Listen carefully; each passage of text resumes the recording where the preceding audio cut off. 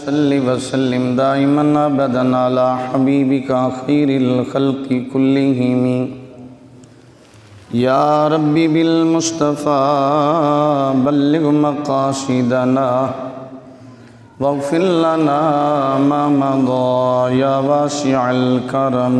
حمد و صلاۃ کے بعد نہایت ہی واجب الاحترام ذوی الاحتشام دوستو بزرگوں دعا ہے جو آیت مقدسہ میں نے آپ حضرات کے سامنے تلاوت کی، اللہ مجھے اس پر حق اور سچ کہنے کی توفیق عطا فرمائے اور پھر ہم سب کو اس پر عمل پیرا ہونے کی بھی توفیق عطا فرمائے۔ گرامی قدر حضرات، آج رمضان المبارک کا دوسرا جمعہ ہے۔ ہماری نیک بختی کہ اللہ نے زندگی میں دوبارہ ماہ مبارک کا دوسرا جمعہ بھی عطا فرمایا، اور آج کے ہمارے اس مختصر سے خطبہ کے اندر محسن اسلام ملکۃ العرب،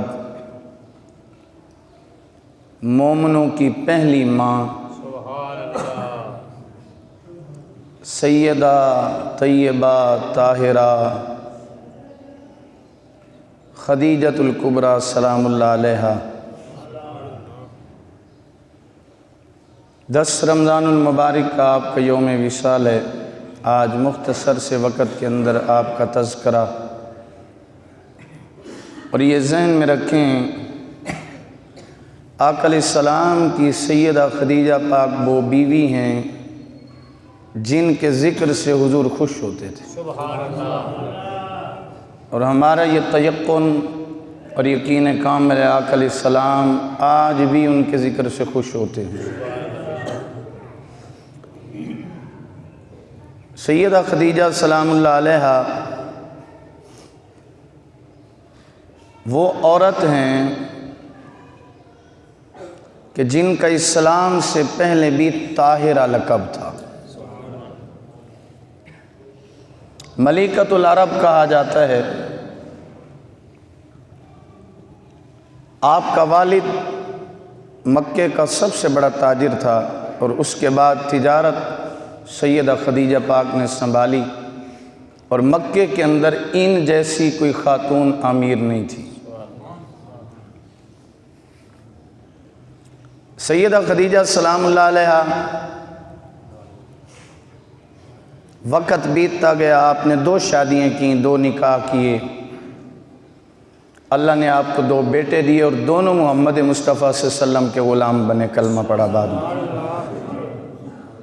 جامع ترمذی کے اندر جہاں پر رسالت مآب علیہ السلام کے اوصاف کو، حسن کو بیان کیا گیا، ان میں سے ایک آپ کا بیٹا ہے جس نے حضور کے حسن کو بھی بیان کیا ہے۔ حضرت سیدہ خدیجہ سلام اللہ علیہا جب آپ نے 2 نکاح کر لیے، 25 سال کی عمر ہو گئی، آپ بیوہ ہو گئیں، اور دونوں آپ کے خاوند اس دنیا سے چلے گئے یکے بعد دیگرے۔ تو پھر آپ نے تہیہ کیا کہ اب میں نکاح نہیں کروں گی، دل میں خیال آیا اب نکاح نہیں کرنا۔ وقت بیتتا گیا، تجارت بھی سنبھالنی تھی، واحد خاتون اسلام سے پہلے جو کسی مرد سے بات نہیں کرتی تھی۔ آپ کی ایک سہیلی تھی نفیسہ، اس کو بھیجتی اور وہ جا کے ڈیل کرتی تھی۔ آپ نے کبھی بھی جا کے کسی غیر مرد سے، غیر کسی انسان سے جا کے آپ نے کوئی کلام نہیں کیا اسلام سے پہلے بھی۔ کیوں؟ انہوں نے مومنوں کی ماں بننا تھا، رب کو یہ پسند ہی نہیں تھا۔ وقت بیتتا گیا، اداس ہو جاتی کبھی کبھی، تو آپ کے چچا زاد بھائی تھے ورقہ بن نوفل،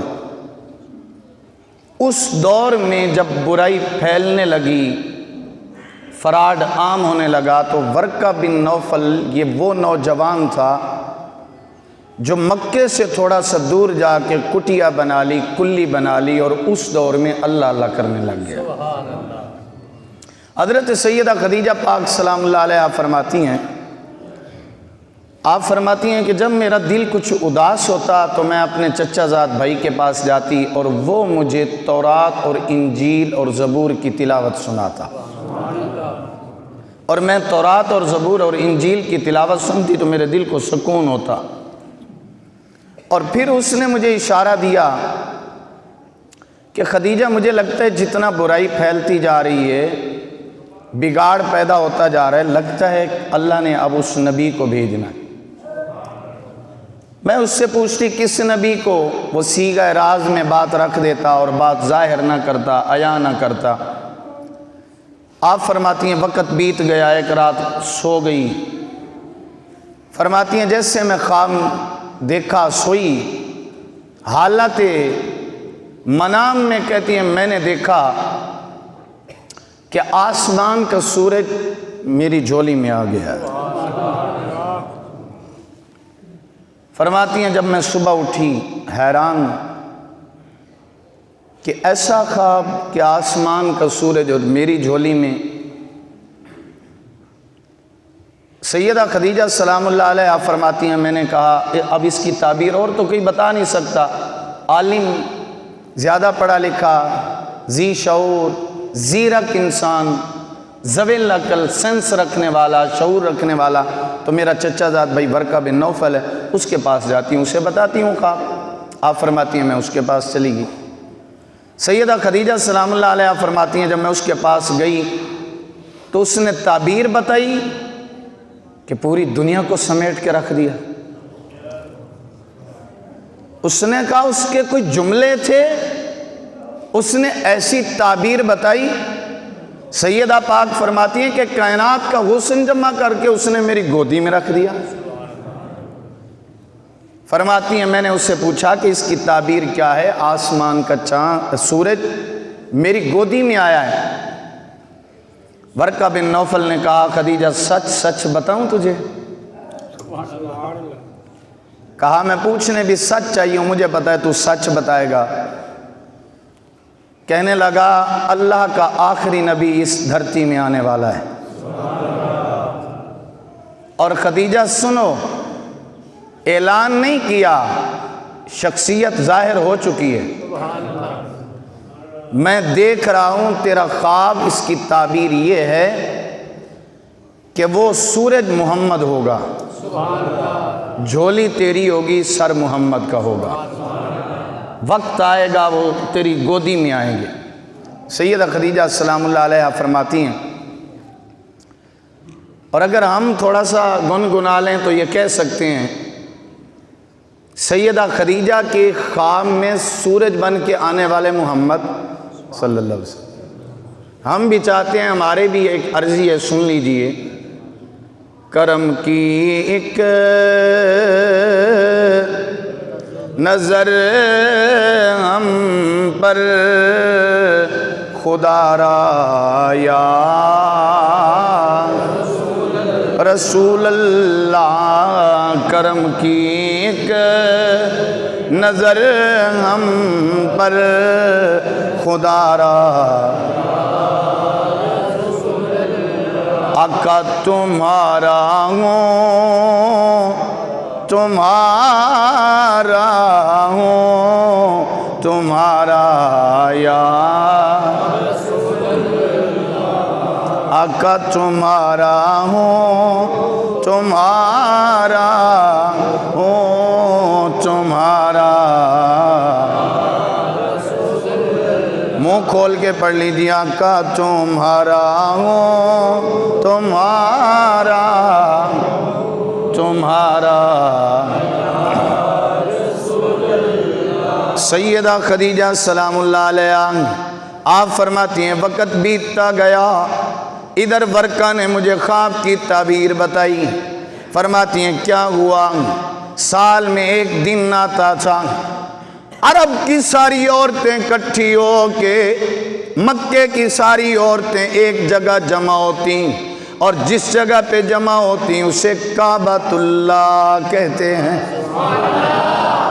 فرماتی ہیں ہر عورت وہاں جمع ہو گئی، ایک میلہ ہوتا تھا، مرد باہر نکل جاتے، عورتیں وہاں کعبہ میں، کعبہ کے سین میں جمع ہوتی۔ سیدہ طیبہ طاہرہ عابدہ راکعہ خاشعہ، مومنوں کی پہلی ماں، محمد عربی کی پہلی بیوی سیدہ خدیجہ، وہ عظمت والی عورت ہے، کائنات کے اندر ایسی عورت نہیں ہے، یہ وہ عورت ہے جس کو اللہ کا سلام آتا تھا۔ حضرت سیدہ طیبہ خدیجہ سلام اللہ علیہ، آپ فرماتی ہیں ہم کعبہ میں بیٹھی ہیں، فرماتی ہیں کیا ہوا، مدینے سے ایک یہودی آیا، عالم یہودی آیا، تورات کا علم رکھنے والا، انجیل کا علم رکھنے والا، زبور کا علم رکھنے والا، وہ طواف کعبہ میں مشغول ہو گیا۔ آپ فرماتی ہیں ادھر خواب کی تعبیر مل چکی تھی، ادھر وہ یہودی آ گیا، کعبہ کا طواف کرتے کرتے کرتے آپ فرماتی ہیں کیا ہوا، اچانک عورتوں کی طرف اس نے منہ کر لیا اور اس نے بیان خطاب شروع کر دیا، کہا مکے کی عورتوں سنو، میں تمہیں ایک بات سنانے آیا ہوں، اے کنواری عورتوں، اے بیوہ عورتوں، بوڑھی ہے یا جوان ہے، کوئی بھی عورت ہے، میری بات سن لو، یہاں مکے کی سرزمین پہ ایک محمد آ گیا ہے۔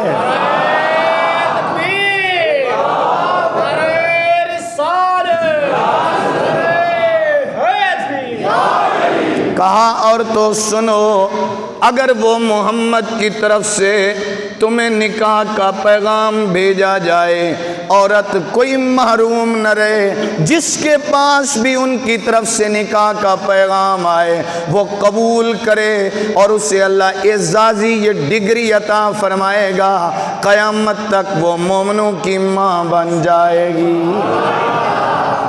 سیدہ طیبہ طاہرہ خدیجہ سلام اللہ علیہ، آپ فرماتی ہیں ادھر میں خواب سن چکی تھی، ادھر اس نے وہ بات بتا دی۔ کہتی ہیں کنواری عورتیں جو لڑکیاں بچیاں بیٹھی تھی، انہوں نے چھوٹے چھوٹے پتھر اٹھائے اور اس کو مارے اور اس کو کہا کہ تم ایسی باتیں کرتا ہے، شرم تھا نا۔ خدیجہ پاک فرماتی ہیں میں نے نفیسہ کو بھیجا کہ اس کے پاس جا، درمیان میں پردہ لگا، میں کچھ اس سے سوال کرنا چاہتی ہوں۔ پردہ لگ گیا، نفیسہ نے کرسی لگا دی، خدیجہ پاک بیٹھ گئیں۔ خدیجہ پاک نے پوچھا سچ سچ بتا، یہ جو تو نے باتیں کی ہیں پڑھی ہوئی ہیں یا ویسے کی ہیں؟ میں نے ابھی آیت کا ترجمہ نہیں کیا، آگے کرنا۔ اس نے کہا خدیجہ سچ سچ پوچھتی ہے نا، تو یہ باتیں تورات میں بھی ہیں، زبور میں بھی ہیں اور انجیل میں بھی ہیں، میں پڑھی لکھی بات آپ کو کر رہا ہوں۔ حضرت خدیجہ فرماتی ہیں ادھر وہ ہو گیا، خواب کی تعبیر آ گئی، ادھر اس کی باتیں آ گئیں۔ آپ فرماتی ہیں وقت بیتتا گیا، میرے بھائی کے ساتھ، سیدہ خدیجہ سلام اللہ علیہ فرماتی ہیں میرے بھائی کے ساتھ حضور کی پھوپھی کا نکاح ہوا، حضرت صفیہ سلام اللہ علیہ فرماتی ہیں ان کا نکاح ہو گیا، وہ آ گئی میرے گھر میں۔ اب ہم آپس میں بیٹھتی ہیں تو وہ بار بار مجھے کہتی میرا محمد بڑا سونا ہے۔ میں نے آپ کو کہا ہے دلچسپ باتیں ہیں، آپ نے باذوق ہو کے سننا ہے۔ شان محمد بھی پڑھتا جاؤں گا نا ساتھ ساتھ، سیدہ خدیجہ پاک کی بھی شان۔ آپ فرماتی ہیں ہم آپس میں گھر میں بیٹھتی ہیں تو وہ مجھے بتاتی کہ محمد بڑا سونا ہے، میرا بھتیجا ہے، اور نام تو اس کا محمد ہے لیکن لوگ اسے صادق اور امین کہتے ہیں۔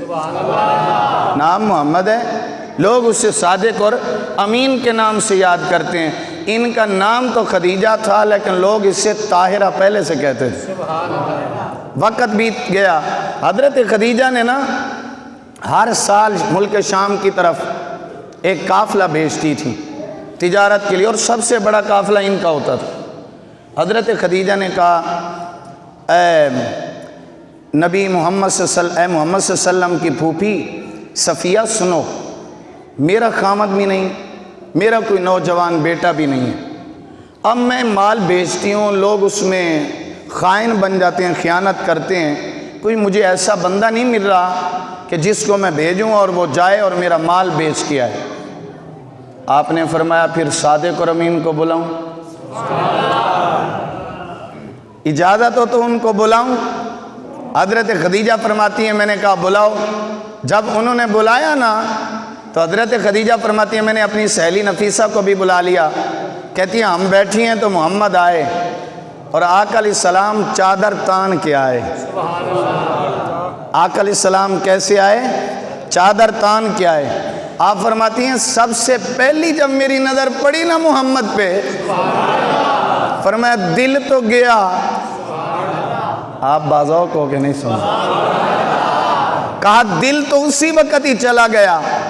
ایک ماہ مدن گورا سبدن نیچی نظریں کل کی خبریں۔ ایک ماہ مدن گورا سبدن نیچی نظریں کل کی خبریں، مورا پھونک گئے سب تن من دھن۔ ایک ماہ مدن گورا سا بدن نیچی نظریں کل کی خبریں، وہ دکھا کے پھبل اور سنا کے سوخل، مورا پھونک گئے سب تن من دھن۔ یہ تو ہے ہندی، اس کا ترجمہ اگر اپنی زبان میں کریں تو یوں بنتا ہے، عارف رومی، عارف کھڑی، رومی کشمیر۔ میاں محمد بخش رحمۃ اللہ علیہ نے جب اس کا ترجمہ کیا تو وہ یوں کہتے ہیں، کالے کنڈل زلف ماہی دے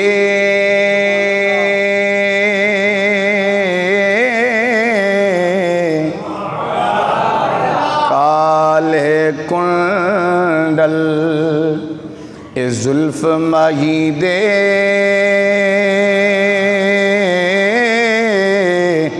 تے جمال جھلے ہن کیڑا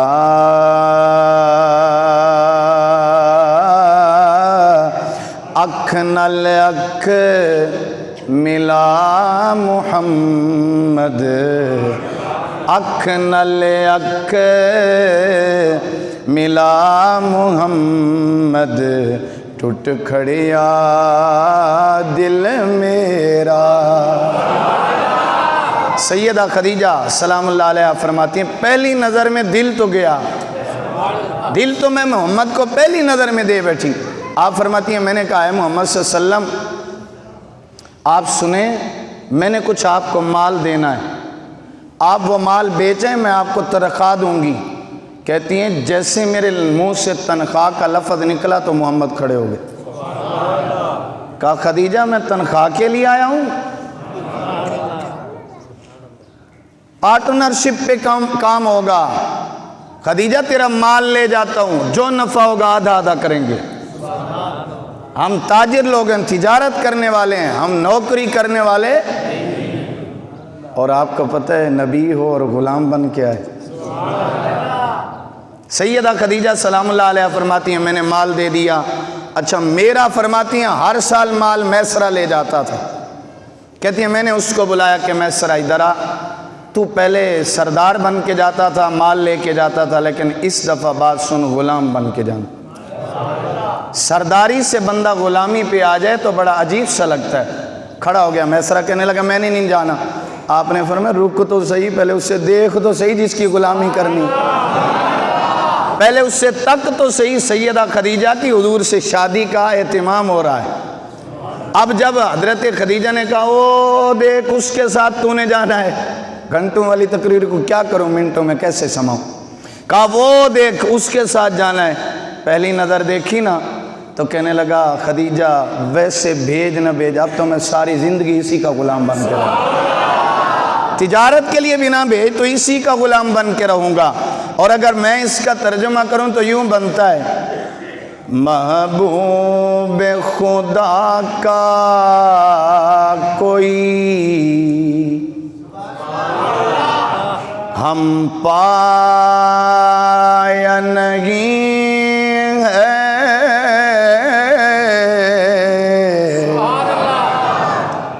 محبوب خدا کا کوئی ہم پایا نہیں ہے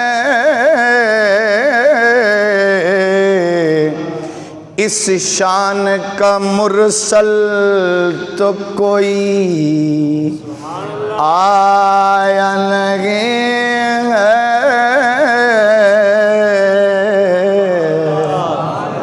اتنی نہیں سبحان اللہ جتنا بڑا جملہ تھا۔ اس شان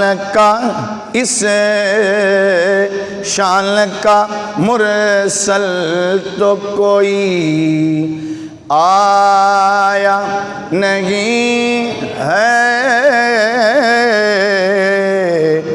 بے مثل نے تو بے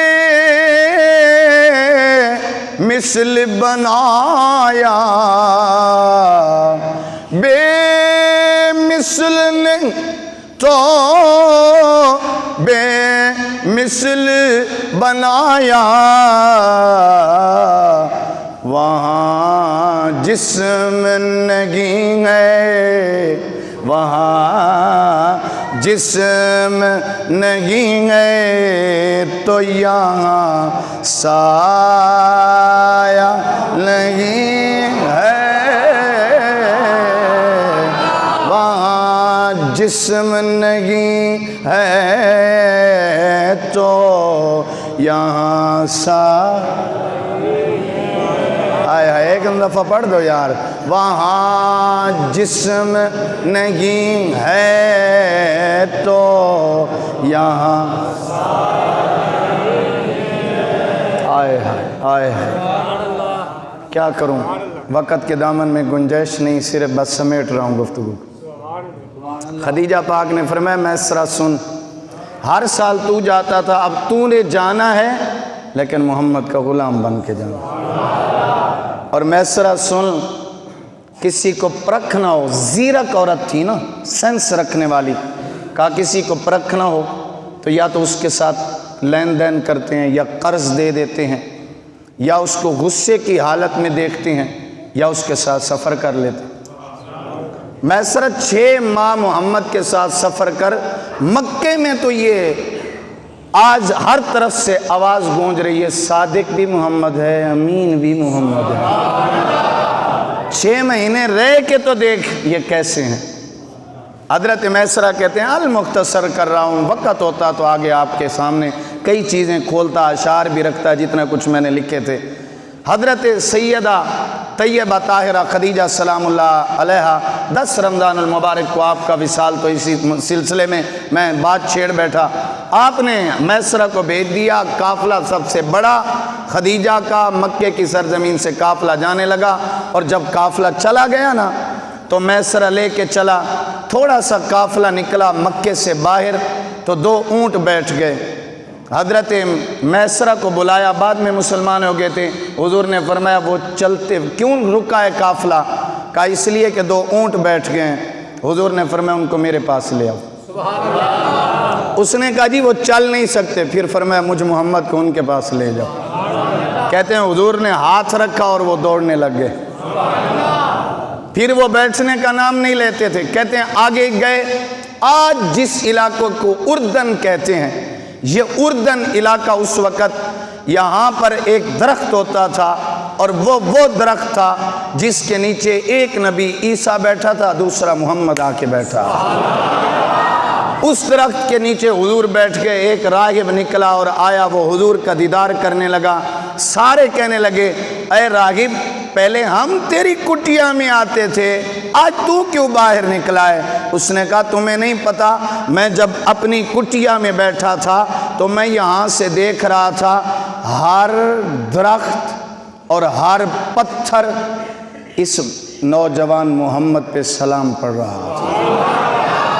کہا پھر میری کتاب بتاتی ہے یہ نبی ہے، آگے چلے۔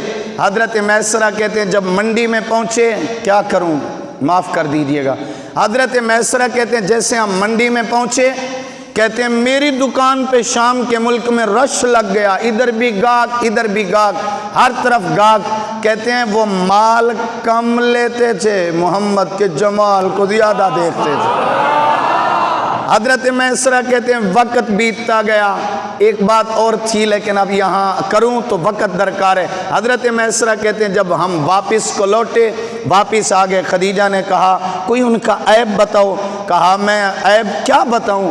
خدیجہ نے ایسے کرسی لگا دی، پردہ لگ گیا۔ کہا وہ ایک سائڈ پہ بیٹھ گئی، میں دوسری سائڈ پہ کھڑا ہو گیا اور میں نے سنایا سن اس محمد کا پہلا عیب۔ کہا کیا؟ کہا جب ہم پہنچے تو اس وقت چھٹی کا وقت تھا، لوگ مال بھول گئے، محمد کے جمال کو دیکھتے رہے۔ کہا میں تجھے کہتی ہوں کوئی عیب بیان کر، تو شانیں بیان کرتا ہے۔ کہا اچھا دوسرا اس کا عیب سن۔ جب ہم واپس کو لوٹے مجھے پیاس لگی، میسرہ کہنے لگا خدیجہ کہیں پہ پانی میٹھا نہیں تھا، ایک کڑوا کنواں تھا۔ محمد نے مجھے کہا، میں وہاں گیا، میں نے دیکھا کڑوا کنواں ہے، لیکن جب اس کے قریب پہنچا تو میں نے کہا کوئی پانی میٹھا نہیں ہے، کڑوا ہے۔ محمد نے کہا پھر مجھے لے چلو۔ جیسے وہ گئے انہوں نے اپنا لعاب دہن ڈالا تو وہ کڑوا کنواں اے خدیجہ میٹھا ہو گیا۔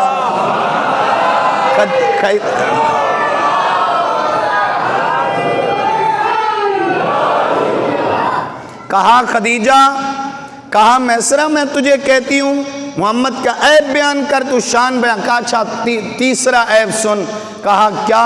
کہا جب واپس آئے مجھے بھوک نے ستایا، کہیں سے کچھ نہیں مل رہا تھا، ستو تک نہیں تھا، میں گنتی نہیں کرواتا باتوں کی۔ کہا ایک سوکھا سا کھجور کا تنا تھا، کہا مجھے محمد نے بھیجا، کہا میسرہ جا اس سوکھے سے تنے کو کہے تجھے محمد بلا رہا ہے۔ اور کہا جب میں اس کے پاس گیا تو وہ ایسے آیا جیسے ایک با ادب شاگرد اپنے استاد کے پاس آتا ہے، با ادب بیٹا باپ کے پاس آتا ہے، با ادب مرید پیر کے پاس آتا ہے، با ادب مرید شیخ کے پاس آتا ہے۔ کہا وہ ایسے آیا، جب محمد کے قریب آیا نا، کہا وہ سوکھا سا تنا سرسبز و شاداب ہو گیا اور اس کے اوپر ایسے پھل لگ گیا۔ وہ محمد کو ایسے ملا جیسے بچھڑے ہوئے دوست ملتے ہیں، اور اس نے آ کے کھجوریں پیش کی۔ کہا میسرہ میں تجھے کہتی ہوں محمد کا عیب بیان کر، تو شانیں بیان کرتا ہے، عظمت بیان کرتا ہے، اور ان کے مقام کو، ان کے رتبے کو، ان کی رفعت کو، ان کی عظمت کو، ان کی شان کو بیان کرتا ہے۔ میسرہ کرسی سے کھڑا ہو گیا، کھڑا ہو کے کہنے لگا اے خدیجہ غلام رکھ یا نہ رکھ، میں اس محمد کا کیسے عیب بیان کروں جس کو بے عیب نے بے عیب بنایا ہے۔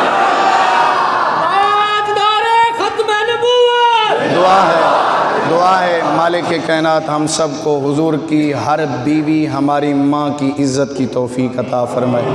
اللہ پاک حضور کے صحابہ و اہل بیت کے کردار کو سمجھنے کی توفیق عطا فرمائے، سونے نبی کی شان اپنانے کی توفیق عطا فرمائے۔ آخر دعوانا الحمد۔